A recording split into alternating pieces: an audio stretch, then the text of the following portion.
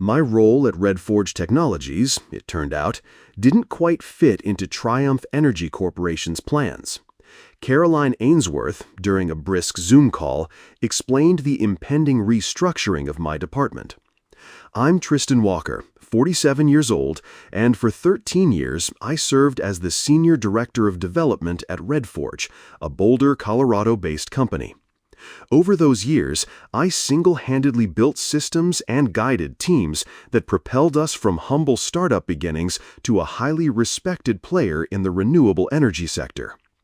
Every significant platform we launched, every groundbreaking process we implemented bore the mark of my involvement. I remained composed when Caroline delivered the news, calmly inquiring about the transition procedures before professionally signing off. That was 4 weeks prior. Now, in my home office, I meticulously reviewed the non-compete agreement within my contract. The wording was riddled with substantial loopholes. Triumph's legal team had clearly operated under the assumption that employees of a smaller firm wouldn't notice or lack the resources to challenge their lax drafting. A grave mistake on their part. My phone buzzed, another message from Marcus, our lead software architect, the 6th engineer to contact me since the acquisition announcement. You were correct about the new leadership. They're systematically dismantling innovative projects. Still considering that venture we discussed? I silenced the notification without reply. Not just yet. Timing was crucial. The acquisition had been widely lauded across the industry. Triumph Energy Corporation, a Fortune 500 giant, acquiring our burgeoning enterprise. The press release highlighted our supposedly complementary strengths and aligned visions. Miss Ainsworth, Triumph's newly appointed division CEO, had promised minimal disruption, assuring us that they valued the talent that had built Red Forge. Empty platitudes. The first round of layoffs began within a mere 9 days. I powered up my laptop, reviewing the business plan I'd been refining for several months. This wasn't purely reactive to my dismissal, though I'd harbored suspicions.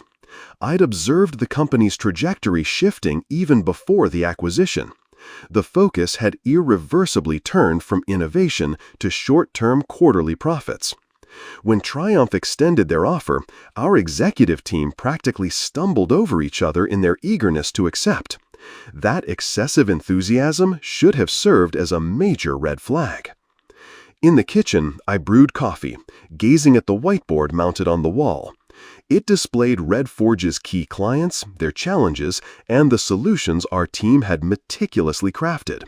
Solutions that were soon to be disassembled by individuals who lack a fundamental understanding of their complexities.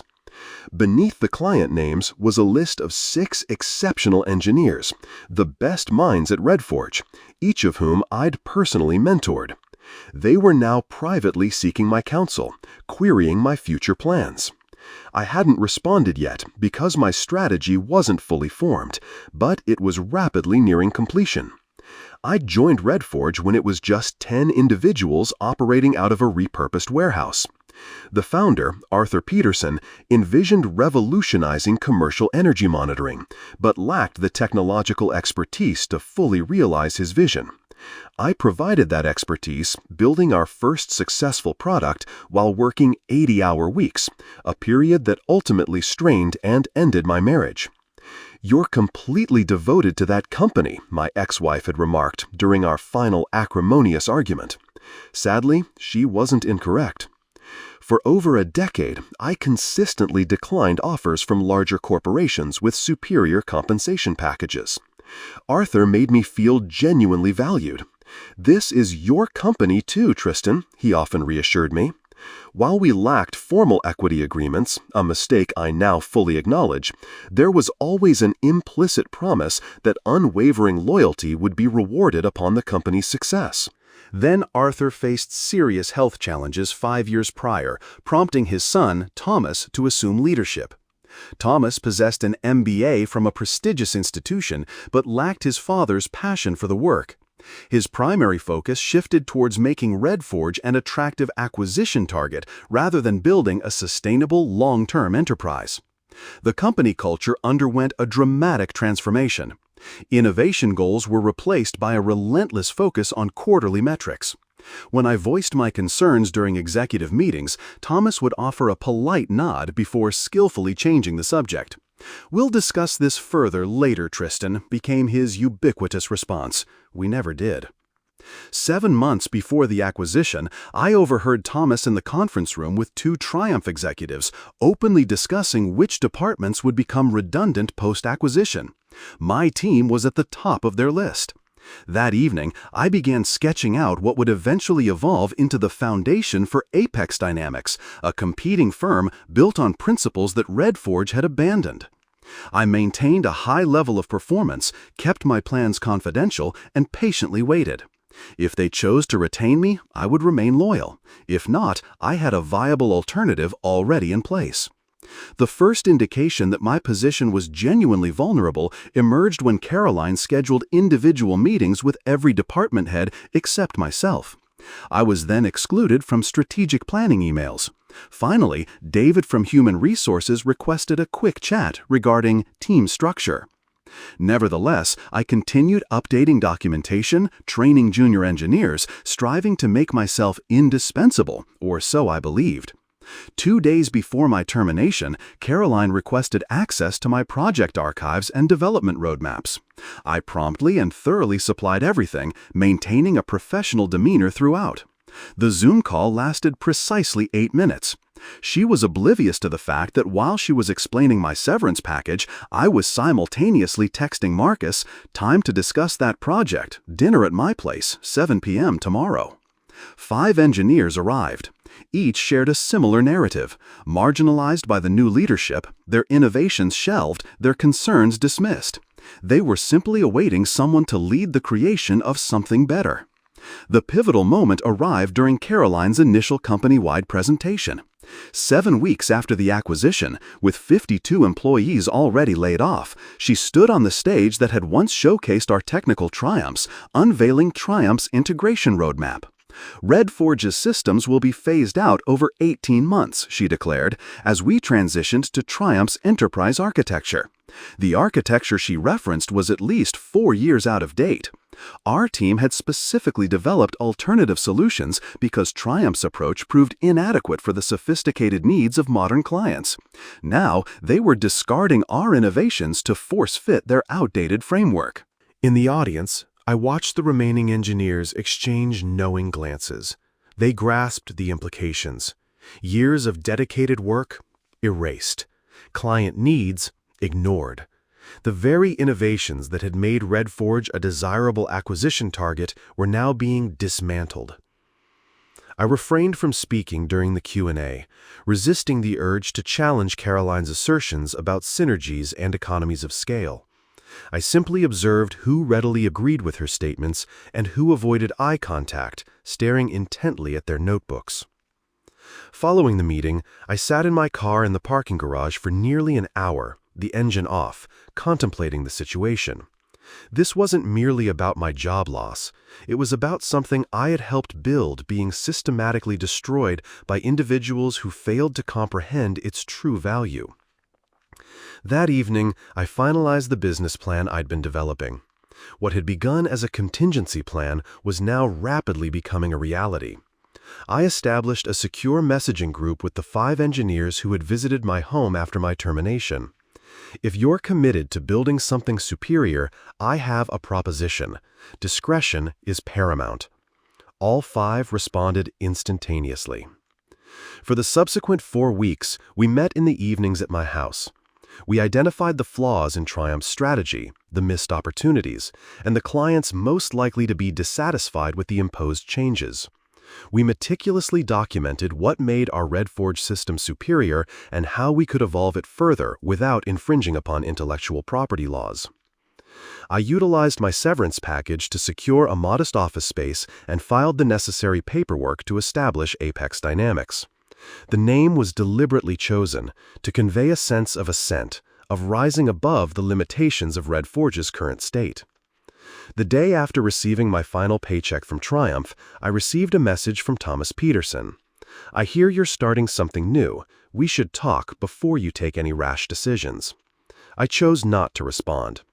The time for conversation had elapsed weeks earlier, when Caroline had declared that my 13 years of contributions held no relevance within their corporate structure. Instead, I sent a different message to my team of 5. Office space secured. Legal documents finalized. Timeline accelerated.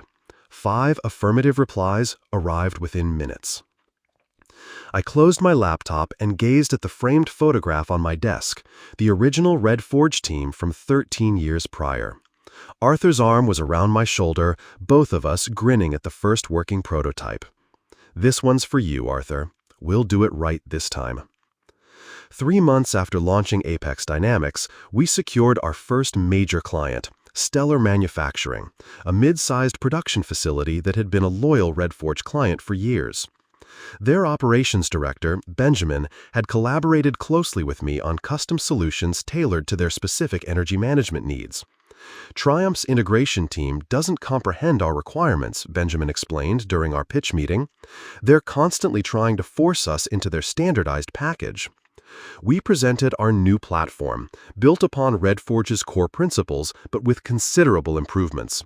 Benjamin signed a contract that very day. 2 days later, I received a formal letter from Triumph Energy's legal department alleging a breach of the non-compete agreement and the theft of proprietary information. They demanded an immediate cessation of operations and threatened legal action. I had anticipated this. Our attorney, Eleanor Vance, reviewed the letter and confirmed my assessment. Their non-compete agreement was poorly drafted. The reference to energy management solutions was overly broad, and they possess no evidence of proprietary theft, because none had occurred. Nevertheless, confronting a Fortune 500 company in court would severely deplete our limited resources. I opted for a direct approach, requesting a meeting with Caroline. She agreed, perhaps believing I would be intimidated. We met in Triumph's opulent downtown office, the Red Forge logo now relegated to a small, inconspicuous corner of the reception area. "You understand this can't continue," Caroline stated immediately. "Your company directly competes with technology you helped develop during your employment here." "The technology I developed during my employment here is being phased out according to your own integration roadmap," I replied calmly. "And my non-compete agreement specifically prohibits using Red Forge's proprietary systems, which we are not doing. Apex's architecture was built from the ground up." Caroline's expression hardened. "Regardless, you violated the spirit of the agreement, and you've poached our employees, former employees who left voluntarily after the acquisition altered their roles." She leaned forward. "Dustin, let's be realistic. Triumph possesses virtually limitless resources for litigation. You have, 3 months of operating capital? Why subject yourself to this? We could bring you back as a consultant during the transition. A 2-year contract, excellent compensation." There it was, the trap. They didn't want to reinstate me. They wanted to legally constrain me while neutralizing any competitive threat. "I appreciate the offer," I said, rising to my feet, "but I'll take my chances with Apex." That afternoon, Triumph escalated their actions. They contacted Stellar Manufacturing and 2 other potential clients, warning them about potential legal complications associated with Apex's technology. Benjamin called me immediately. "They're threatening to audit our existing systems and void our maintenance agreements if we continue working with you," he said, frustration evident in his voice. "We can't risk that kind of disruption right now." Within 24 hours, we lost all 3 prospects. Our operational runway abruptly shrank from months to weeks. The team assembled in our small office that evening, faces tense, looking to me for guidance. "They're playing aggressively," I acknowledged, "but they've made a significant strategic error." I displayed an email I'd received that morning from Arthur Peterson, Red Forge's original founder. He'd been silently observing the acquisition unfold from retirement. "Tristan, I've been following what's been happening. Triumph didn't merely acquire Red Forge's technology, they acquired its problems as well. Call me. I believe we can mutually assist each other." I looked at my team. Triumph is so focused on crushing us that they're neglecting their integration. We know the weaknesses in Red Forge's original architecture better than anyone.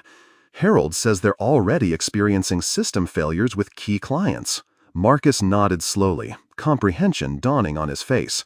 And those clients will need solutions quickly. Solutions? Triumph can't deliver in time. Precisely, I said. They're attempting to bury us under legal threats while their technical infrastructure crumbles. We don't need to directly confront them. We merely need to be prepared when their clients begin seeking alternatives. The meeting with Arthur transformed everything. We met at his lakeside residence outside Boulder, away from corporate surveillance.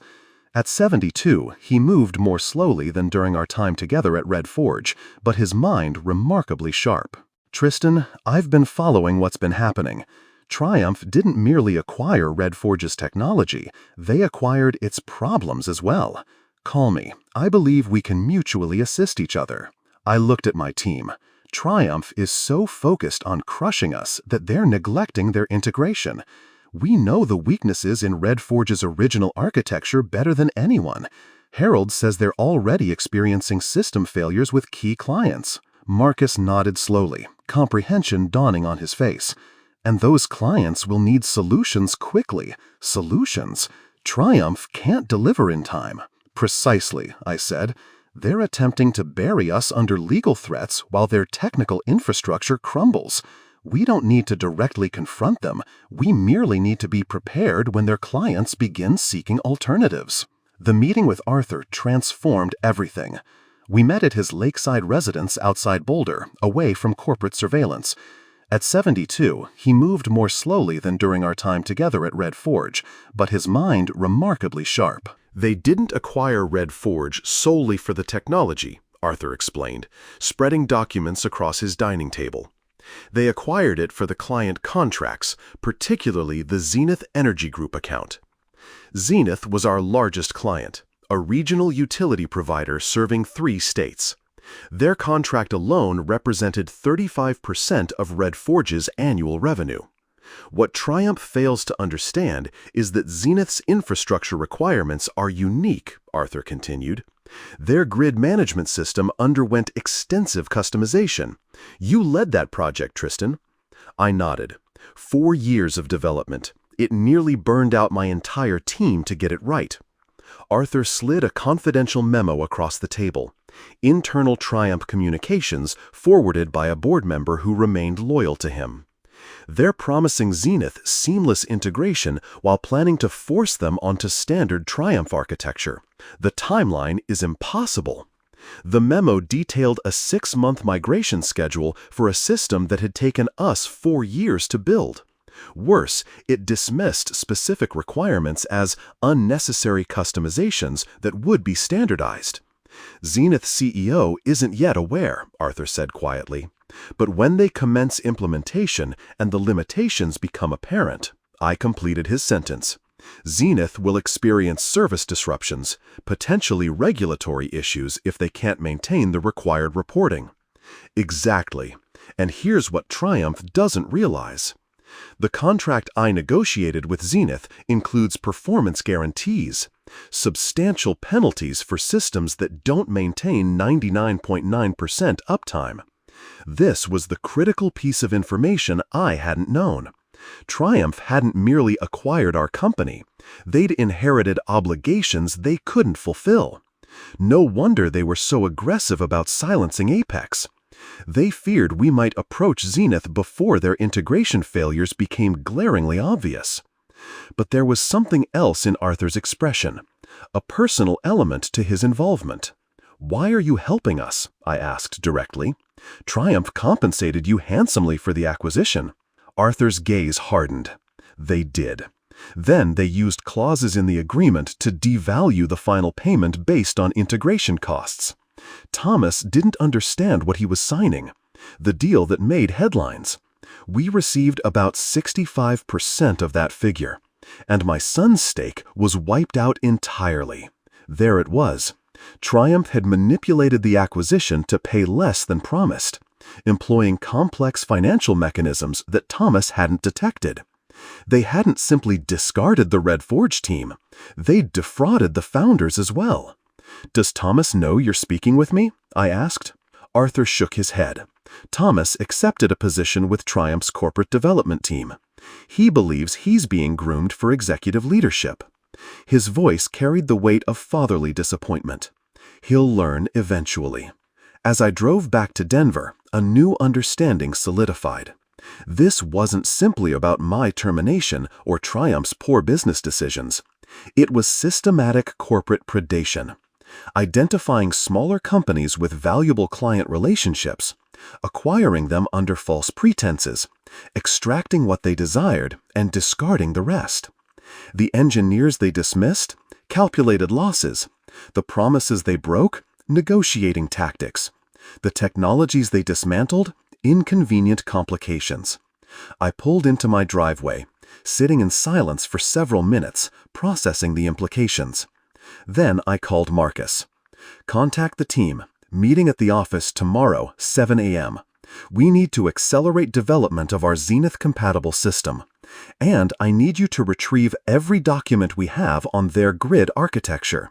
"Are we targeting Zenith?" Marcus asked, his voice a blend of excitement and apprehension. "Not yet," I replied, "but we'll be prepared when they start seeking assistance. And they will, sooner than Triumph anticipates." We had 9 weeks to prepare for Zenith's inevitable crisis.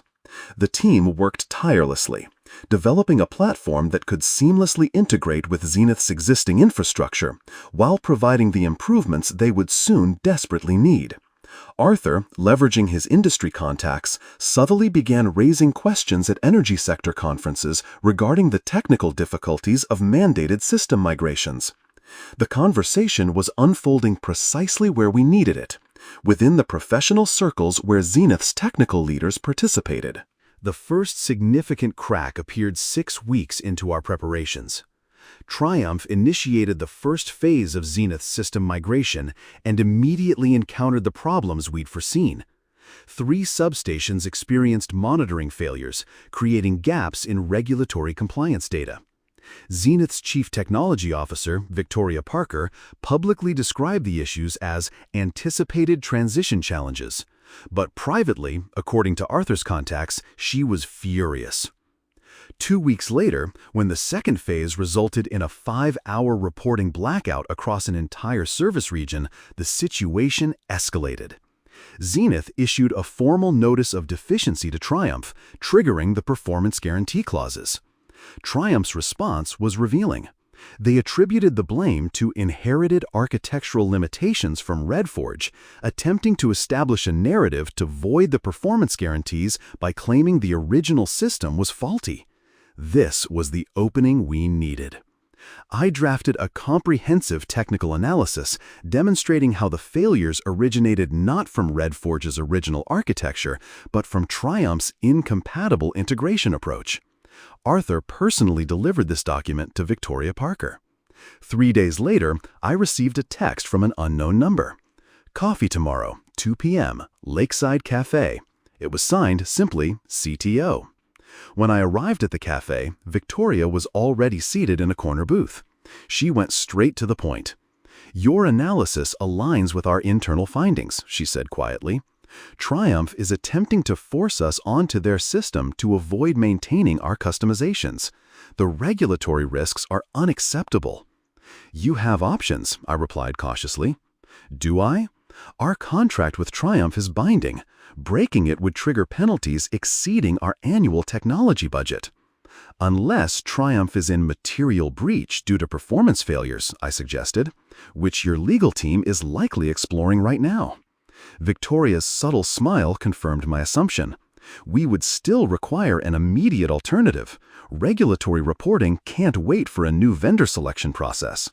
I slid a flash drive across the table. "This contains a technical overview of Apex's platform. It was specifically designed to address the challenges you're facing. We can deploy within 4 weeks with 0 regulatory disruption." She pocketed the drive without inspection. "Triumph claims you violated non-compete agreements." "They've made that claim, yes, but their legal position has significant weaknesses, which our counsel has documented." I provided a second flash drive. "This contains our attorney's analysis. Your legal team will find it enlightening." Victoria nodded once. "I'll be in touch." 2 days later, Triumph announced an emergency stabilization of Zenith systems, effectively admitting their integration approach had failed. Their stock plummeted 10% by market close. That evening, I received an official request for proposal from Zenith Energy Group, bypassing their standard procurement process under emergency provisions.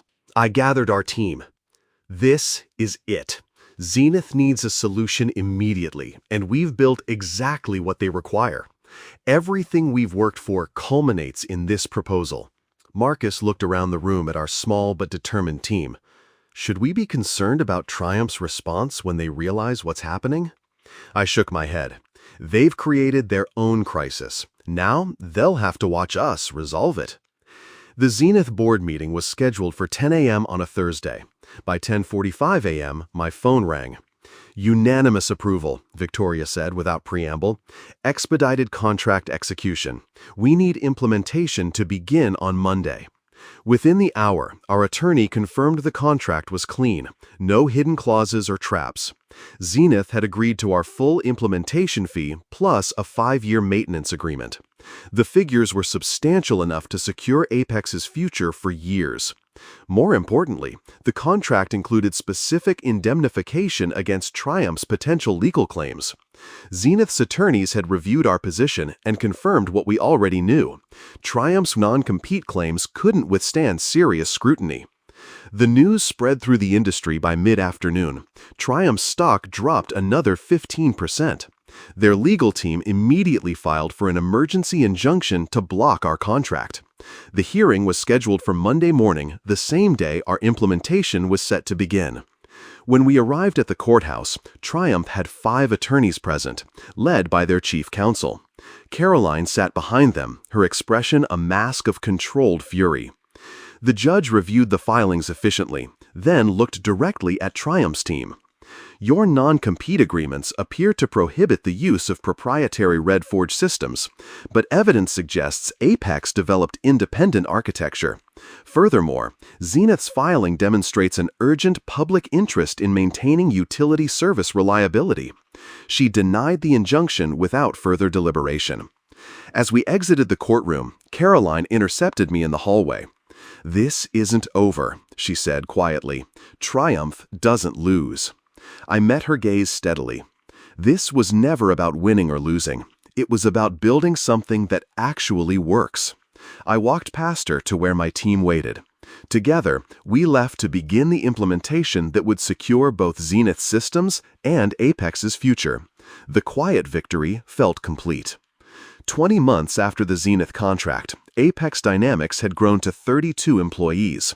We occupied the entire floor of a building in downtown Boulder, with stunning mountain views that had witnessed both my professional downfall and my remarkable resurrection. The Zenith implementation had been flawless, completed ahead of schedule, with 0 service interruptions. Word spread rapidly throughout the industry. 5 more major clients migrated to our platform within a year. Triumph eventually abandoned their legal pursuit, concentrating instead on mitigating the damage to their energy division. Caroline Ainsworth was reassigned to a subsidiary in another state. Thomas Peterson left for a startup incubator, significantly wiser for the experience. Arthur occasionally visited our offices, his pride evident as he watched his vision reborn. He never officially joined Apex, but his guidance remained invaluable. On the 3rd anniversary of my termination, I received an unexpected email from my former boss at RedForge, the man who had hired me 13 years earlier. "You built something better than we ever could have," he wrote. "Several of us saw it coming, but couldn't prevent the acquisition. Some victories simply take time."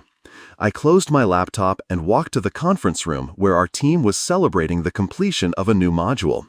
These were no longer just colleagues. They were partners who had shared the same risks I had, believing that competence and integrity would ultimately triumph over corporate politics.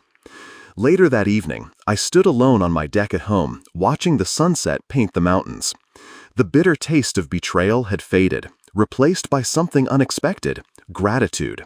Without Triumph's arrogance, without Caroline's dismissal, Apex might never have existed. I hadn't just reclaimed my career.